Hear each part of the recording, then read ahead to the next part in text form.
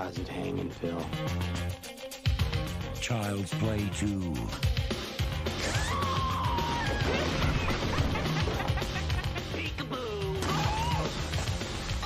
He's the original. He'll take your breath away. This fall, Chucky rules. Did you miss me, Andy? I sure missed you. Child's Play 2. Keep an eye out for it. Oh, yeah. Hello and welcome to my graveyard. I am your host of the evening, the cemetery man of Salem, Mass. It's John Grande, live in living color, here with you on the Ram Nation Radio app, Facebook Live, Instagram Live. How's everybody doing? I hope you're all doing well. I have so much stuff to get to here today. It's literally like just there's so much going on today. Actually, in my own personal life too. Like my grandmother actually went in for surgery this morning. She's okay. She got a pacemaker put in. She's doing well. Apparently out in recovery, chilling, watching the Mets game. It's opening day, of course, for all the baseball fans around the world. It's a beautiful day. My Mets are up 1-0 right now. I think in the bottom of the seventh. So I'm thinking that game will go final somewhere along the line while we're live on this show. So hopefully I'll get the good news from Matt or Ty or Matt or one of them. Yeah, Tyler's already shaking his head. But also, I was supposed to have my good friend Ryan Snyder on, who's actually, I saw he was in the Instagram chat. He was feeling a little bit under the weather, so unfortunately he was not able to join us today. His voice was hurting. However, I will be able to list Ryan's rankings of the films that I'm going to be talking about today. Of course, the Child's Play films, the Child's Play series, so we're going to get into that in a little bit. But before I start that, we had so many losses in the horror community in the past 3 weeks. I mean, the past week, excuse me. We had 3 losses, actually. That's what I was trying to spit out there. But, man, we had 3 absolute all-time horror legends die, and it started with John Carl Buechler. He passed away a little over a week ago. Just a legendary special effects guy. So I just wanted to take this part of the show to just kind of pay homage to them. But John Carl Buechler, for those of you who don't know, he was just a fantastic special effects guy. He did effects for movies like Prison, Nightmare on Elm Street 4. He actually got the gig to direct Friday the 13th Part 7, The New Blood, because of his effects work and because he was so good.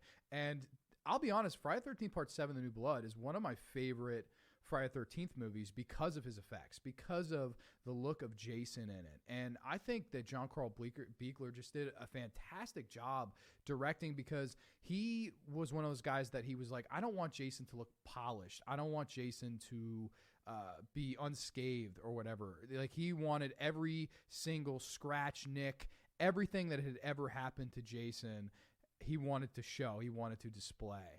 And I thought that was super cool, man. I thought that was a really, really good direction to go with that character. And I'll be honest, like, I think I think it was silly to not go with that look for the rest of the series, like from Part 8 onwards. Even though I do like the look of Jason in Part 8, I think like the Part 9 when Jason goes to hell, I hate that design where the mask is like his skin is now growing around the mask. I don't like that. I know some people do. To each their own. I'm just not a fan of that look. I think Jason always looks the best in Part 7. And I think it's probably Kane Hodder's best portrayal of that Jason character. It's basically a Carrie versus Jason movie. And that was immediately what came to mind when I heard John Carl Buechler had passed. Of course, he worked on the Hatchet films. He was probably the only thing about the Hatchet films that I enjoyed, to be honest with you. I think his effects work in that was just, unmatched. Just great practical effect work, and a guy that really was a throwback. He was not about the CGI era. He was not about the whole new wave. He was more of let's pull this off. He was like one of those guys that didn't get as much praise as a Savini, but man, I think his work was just so fantastic. So rest in peace, Mr. John Carl Buechler. I wish his family, all the best. I'm sorry for their loss and all that stuff. And without missing a beat, then a few days later, Larry Cohen passes away, another director that I really, really enjoyed his work. Larry Cohen, of course, he directed like Q, the Winged Serpent, The Stuff. Of course, one of my favorite episodes of Masters of Horror in Pick Me Up, which is probably my favorite thing Larry Cohen did. I just love Larry Cohen. He, of course, God Told Me To, The Ambulance, It's Alive, Bone, a lot of like blaxploitation, exploitation, crazy monster movies. He was one of those filmmakers that always had an original idea, and he always came up with stuff like on the fly. Like, cue the Winged Serpent. Well, we've seen monster movies in New York City before, right? How can we change it? Larry Cohen. Tyler's taking a bow. Love you, Tyler. Rock on, my good friend. Have a nice weekend. But yeah, we've seen monster movies in New York City before. How does he make that? How do you spin that? How do you make that work? And he was like, I'm going to put wings on it. I'm going to have it lay eggs in the Chrysler Building, pick up people off the top of roof buildings. No one's going to see it. And I think Larry Cohen was one of those guys. He never took the business too seriously. He always had fun with what he was doing. He always wanted to be raunchy. He always wanted to be having a good time. Like, I'll be honest, I am not a fan of The Stuff. I think The Stuff is actually a terribly overrated film. But I think he has a lot of fun with it. And I think all those ad commercials, can't get enough of The Stuff. I mean, it's catchy, and people remember that to this day. That movie, the ad campaigns, the commercials, the fake stuff that they created for that is simply legendary, in my opinion. I think it's just fantastic. I am a huge fan of Larry Cohen because I think he's one of those filmmakers that he was always original, and he never wanted to rip anybody off. He always wrote his own material. And I think the guy just came across as a sweetheart. I've seen interviews with him. I think he seemed like a really nice guy, and I think it was a huge loss for the horror community. So again, Mr. Larry Cohen, rest in peace. I'm sorry. So it's horrible. We had too many losses in too many, like, just so few days. You know what I mean? And of course, the last one, which really broke my heart, was Joe Pilato, who is of course the actor in Day of the Dead. He is absolutely fantastic character actor. He was in Day of the Dead as Captain Rhodes, and I always just loved his performance as Captain Rhodes in Day of the Dead because, man, a lot of people tell him to his face, and I've watched the documentary on Day of the Dead recently, and he always says that he doesn't like the people that come up to him and say, "Oh, well, you were over the top." He takes great offense to that. So I'm not going to repeat that or say he was really over the top or anything like that. I gotta say, man, I think that his performance is actually one of the best in any Romero film because he is really like the Napoleon complex, preaching martial law. Like, I just think Joe Pilato does a great job in that movie. Like, all the orders, steal, shoot that woman. And I'm running this monkey farm now, Frankenstein, and I want to know what the bleep you're doing with my time. Like, all these classic lines. You think I'm going to salute that walking pile of pus? Like, Joe Pilato was just animated, and the role called for being animated. And I love the banter he has with Laurie Cardell in that movie, who Laurie Cardell is kind of the babyface woman of the movie. She's kind of preaching to morality, and he's just kind of like the villain in a lot of ways. Like, he's the anti-villain, and he's kind of saying that, oh, you know, it all went up. It all went up over all these years, but it can all be over in a matter of seconds, lady. And I think Joe Pilato does a fantastic job in the role. Of course, his interactions with Howard Sherman as Bub, just legendary. When Bub is shooting him in the hallway towards the end of the film, and he's limping and screaming and bleeding out of the bullet holes, and come on, he's yelling at Bub, come on. Like, he's one of those, like, villains that you hated him, but man, you hated to see him go down in that blaze of glory as well. It was so entertaining. That's the thing that gets lost upon, I think, a lot of villains today. They're all trying to be scary. They're all trying to be intimidating, whereas Rhodes just went with it. He just organically went with this role. And of course, I just love when he opens the door. He thinks he's just about to escape Bub. He opens the door to a horde of zombies that just tackle him, and he turns around, gets shot by Bub. And as he falls to the ground, Bub salutes him. Just great stuff, man. That's Romero at his finest, just social commentary. And then, of course, you have the Savini effects of Rhodes being pulled apart and choke on him. He's yelling at the zombies as his final. Like, he had to get that last word in there. Joe Pilato's performance in that movie just made him a horror movie legend, in my opinion, and I think he'll be really sadly missed because I know a lot of people that actually have encountered Mr. Joe Pilato at conventions and stuff, and they have nothing but the kindest things to say about Joe Pilato. He also, a lot of people don't really realize this, he was the original casting choice for From Dusk Till Dawn in 1996. Instead, they went with George Clooney. once Tarantino got a hold of it, once money started being put into it. But he actually, there's a trailer online where you can watch. It's like the original, like the rough copy version of the trailer from From Dusk Till Dawn originally or eventually went on to be. And it's actually Joe Pilato in the George Clooney role, which I always thought was super cool. I was like, oh man, could you imagine Captain Rhodes in this movie, like shooting vampires and acting this alongside Quentin Tarantino? I mean, I'll be honest, I love Clooney in the role. I think it's Clooney's best role, but man, could you imagine Joe Pilato in that role? I think it would have been absolutely fantastic, and I think it would have only added to the horror lore and legacy that he left behind him. And I'm just a huge fan. I love Joe Pilato. He just seemed like my kind of person, just extroverted, outgoing, a little bit crazy, but that's what his acting performance is usually called for. So I think he always just brought a great energy to his roles, and he'll be sadly missed. So all three guys, Mr. John Carl Buechler, Mr. Larry Cohen, Mr. Joe Pilato, please rest in peace. And it's just, I was very sad. Like all three of them just happened very close together. I guess that saying is true, that deaths come in threes, you know, and I was very, very sad to hear that they all had passed on. But, you know, they will live on forever in our memories, in our nightmares, and in our dreams. So I think it's you know, it's unfortunate, but we must move on. We must live on. So, all right, that enough of the sad stuff. I'm sorry. I did have to pay homage to those guys because they, a lot of them, you know, a big part of my horror watching and horror childhood and all these things. But that does bring me to the topic at hand today, and that is, of course, the Child's Play films. Yes, ladies and gentlemen, I got a whole stack of them here. Yep, stack on stack on stacks. It's going to be fun. We're going to go through all these movies. First, I am going to give Ryan's rankings of these movies, though, because Ryan couldn't, unfortunately, as I said, he could not join us today. Ryan actually has an odd man out favorite, a movie that is very misunderstood, and I will be defending here today, Ryan. I know you'll be happy I'm defending it because I think it's an awesome movie, too. In fact, I'd call it a classic. His favorite is Child's Play 3.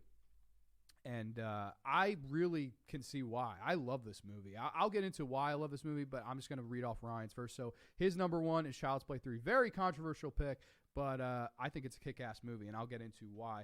Then he had Part 1, of course, the classic original, which I'll be getting into next in depth. Then he had Part 2, of course. His list is not all that much different from mine. I'll say that. Like his 2 is my 1, or you know what I mean? Like it's very similar. Fourth up, Curse of Chucky. That was what he had fourth.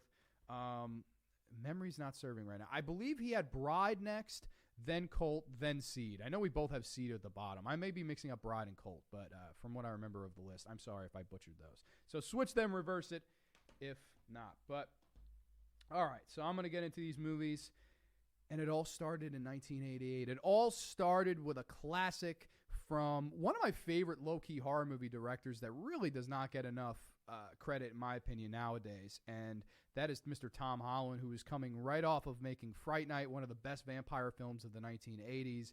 And that, of course, is Child's Play from 1988, directed by Tom Holland, written by, you know, this is one of those things that people don't know about this movie. And I think it's actually, it really needs to be expressed because Don Mancini really takes credit for writing most of this movie. And in fact, Tom Holland wrote more of this movie. Basically what happened is Don Mancini came up with the idea, and it got to Tom Holland and John LaFia, who went on to direct the second film. And they were like, all right, there's potential here.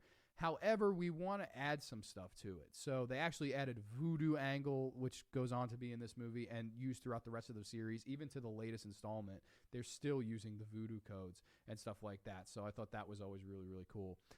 Also, I think John LaFia, and I would say that Tom Holland actually wrote a lot of rewrites for this movie. And I would say that this is more of his baby than Don Mancini's. I almost feel like he took Don Mancini's idea and kind of made this movie into its own. And, oh, what's going on? My producer's saying there's something wrong. What's going on? Did they not transition me? They're fixing out something. I don't know. My producer's... Oh, this is not in the shot? Oh, good call, my guy. Sorry. Okay, I'll hold it on this side. I apologize, my fans watching at home. I thought the camera was this way. It's this way. Okay, my mistake. So, all right, we're good on both cameras now. All right, so, but yeah, man, Child's Play, it's an all-time classic. It is easily by far my favorite killer doll film, and I mean, Chucky's everybody's favorite killer doll too. I mean, it's just as easy as pie, to be honest. Basically stars Catherine Hicks, and she's this single mother, and her son Andy, his biggest thing in the world is he loves good guy dolls, and he's super enthusiastic about these good guy dolls. And he says, "Mom, I really, really want a good guy doll for my birthday." And she's, down on her luck, working like all day long, has no money, trying to support her child and all that stuff. And basically, she one day finds this peddler in the street that has one, and he's selling good guy dolls. And she's like, "Oh, man, how much?" And he pretty much gives her a nice deal on it, whatever. She brings it home, and little does she know that this doll that she's bought is possessed by Mr. Charles Lee Ray, who we see die in the opening scene. He transfers his soul into the doll of Chucky, and thus we get our killer doll film. Of course, everyone thinks that Andy is committing the murders. Is Andy doing it? Is he not? Is it this doll? Is Charles E. Ray really possessing this doll? And it's just, I think this is just a great time. I love this movie. I think this is just a perfect flick. I love it. I think Chris Sarandon does a fantastic job as Detective Mike Norris. I think he does a really, really good job in the supporting role. I think Catherine Hicks as the mother is fantastic in this movie, a really underrated horror movie performance. Like, Catherine Hicks never gets any love for this performance. I think she does great. Andy Barclay, of course, played by Alex Vincent, who I feel like he has a bigger following now almost than he even did then, and he does a really good job as the little kid in this.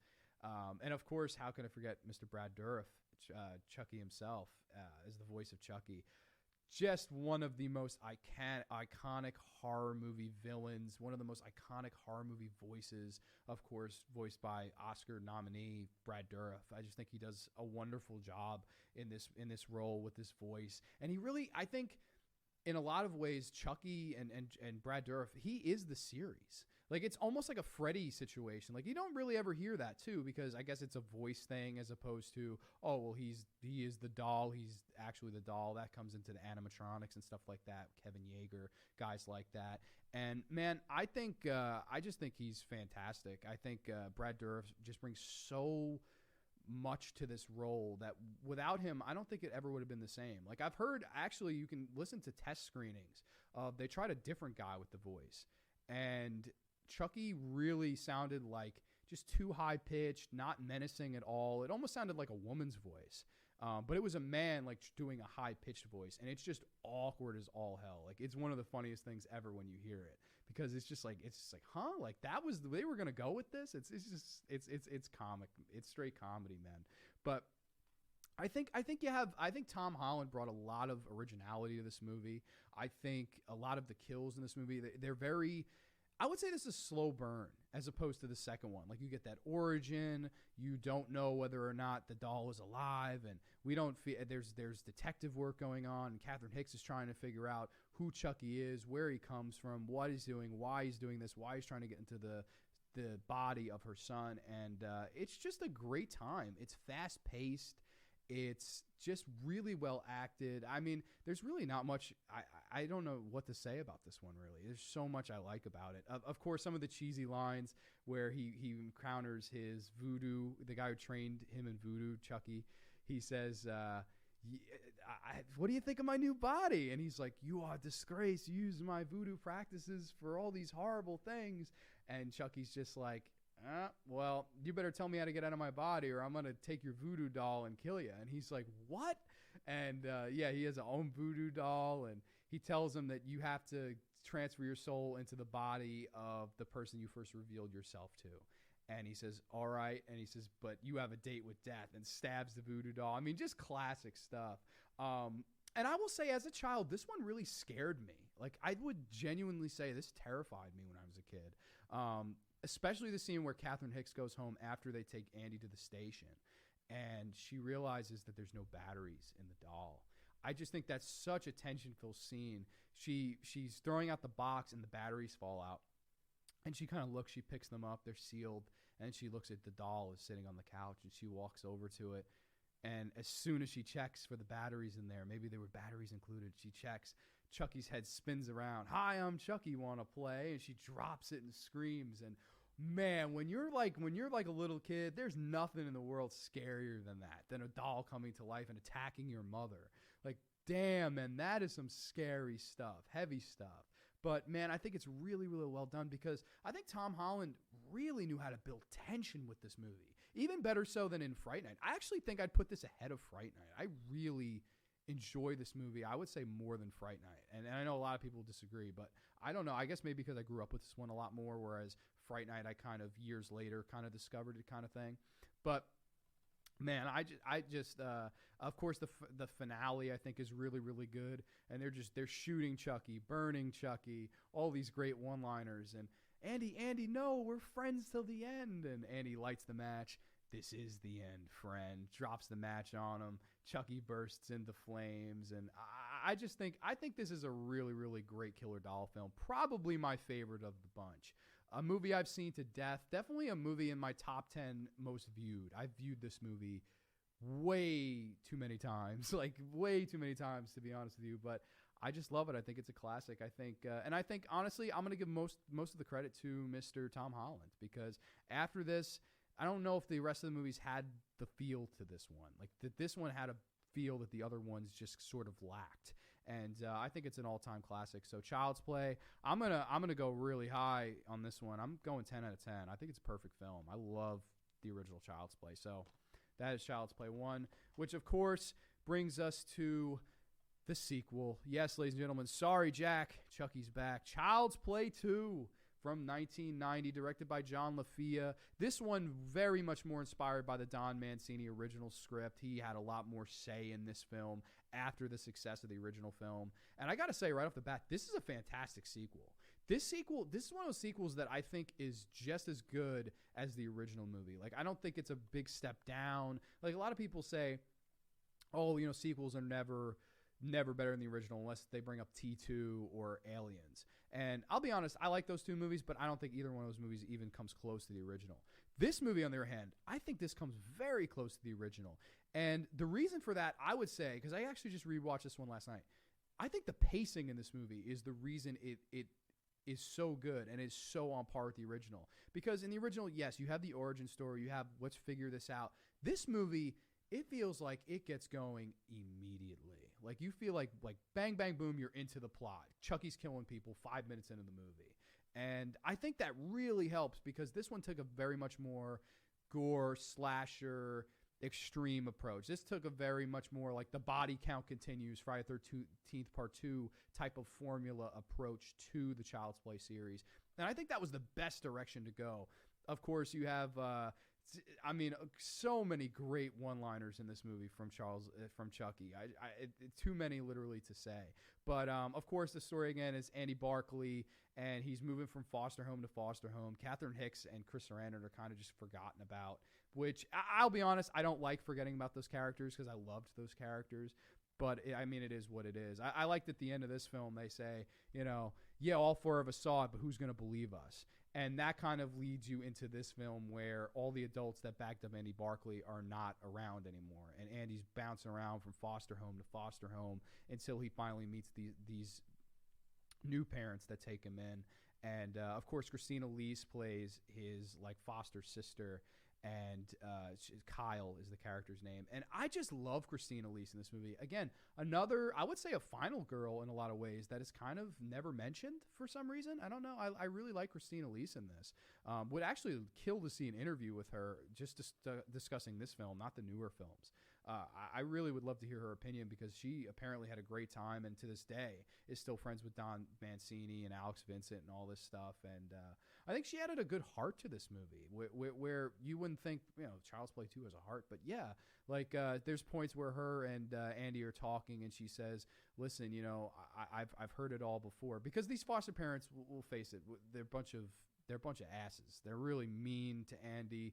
They don't really seem, they're like, are we even qualified to take him in? And I don't know, especially the stepfather. He's just a really nasty guy. And she, at one point, he overhears them talking like, we should send him back. You know, we're not worthy to be taking care of him, and he's too much trouble.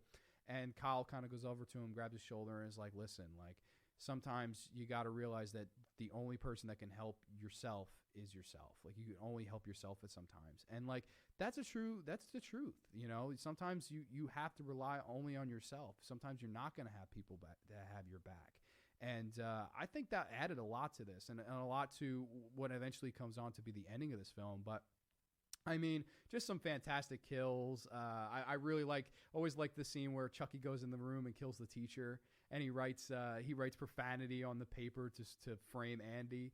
And by the time she gets back in the room, Chucky's hiding in the closet, and she's looking through the closet, and he comes out with an air pump, stabs her with the air pump, pushes and blows her back into the desk. She crashes through the desks, and then Chucky comes out maniacally walking with a ruler, slapping his hand, and he goes, playtime's over, Miss Kettlewell, and he beats her to death with a ruler. Like, that's...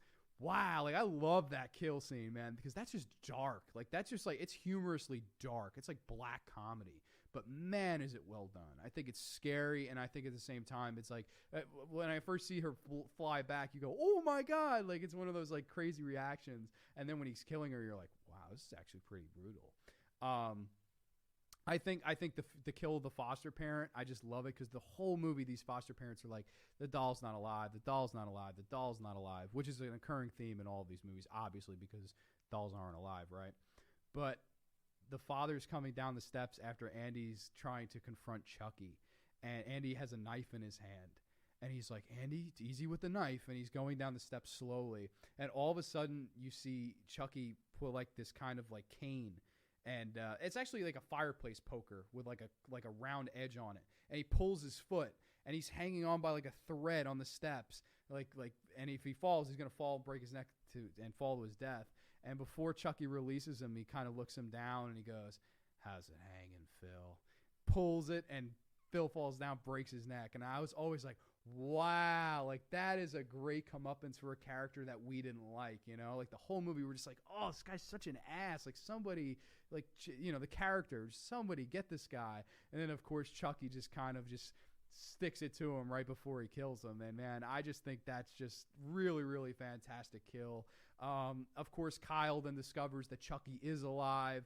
And I will say, man, the last 30 minutes of this movie, like the final act, is definitely in my top 10 favorite final acts of any horror movie. I just love the setting of the toy factory, and even the lead up to get there I thought was really good. Like, he tells Kyle, take me to the orphanage. We were going to pick him up, and she drives him there, and they get pulled over at one point, and there's all this funny talk, and oh, that's one of those good guys, you know? What's your name, buddy? And Chucky, not in the good guy voice. He just does it his regular voice. He just goes, Chucky. And it's just such a funny, and he goes, why is that doll bleeding? And she's like, oh, you've heard of dolls that pee? This one bleeds. And I just, oh man, that is such a fun scene, like right before you get into the whole climax of the film. I just have a blast with that. That's really, really well done humor in this movie. And of course, they get to the orphanage, and Chucky has his knife at Christina Lee's, which I always thought was a great shot. You see the knife behind her, and then she's just standing there just like monotone as Chucky's behind her. And I just, man, that's some scary stuff. And of course, the woman comes down holding Andy's hand. She's like, Kyle, you did this, didn't you? Both of you in here. And she's like, I've had enough with this doll. She just goes on this whole rant. I've had enough of this, that, and the other thing.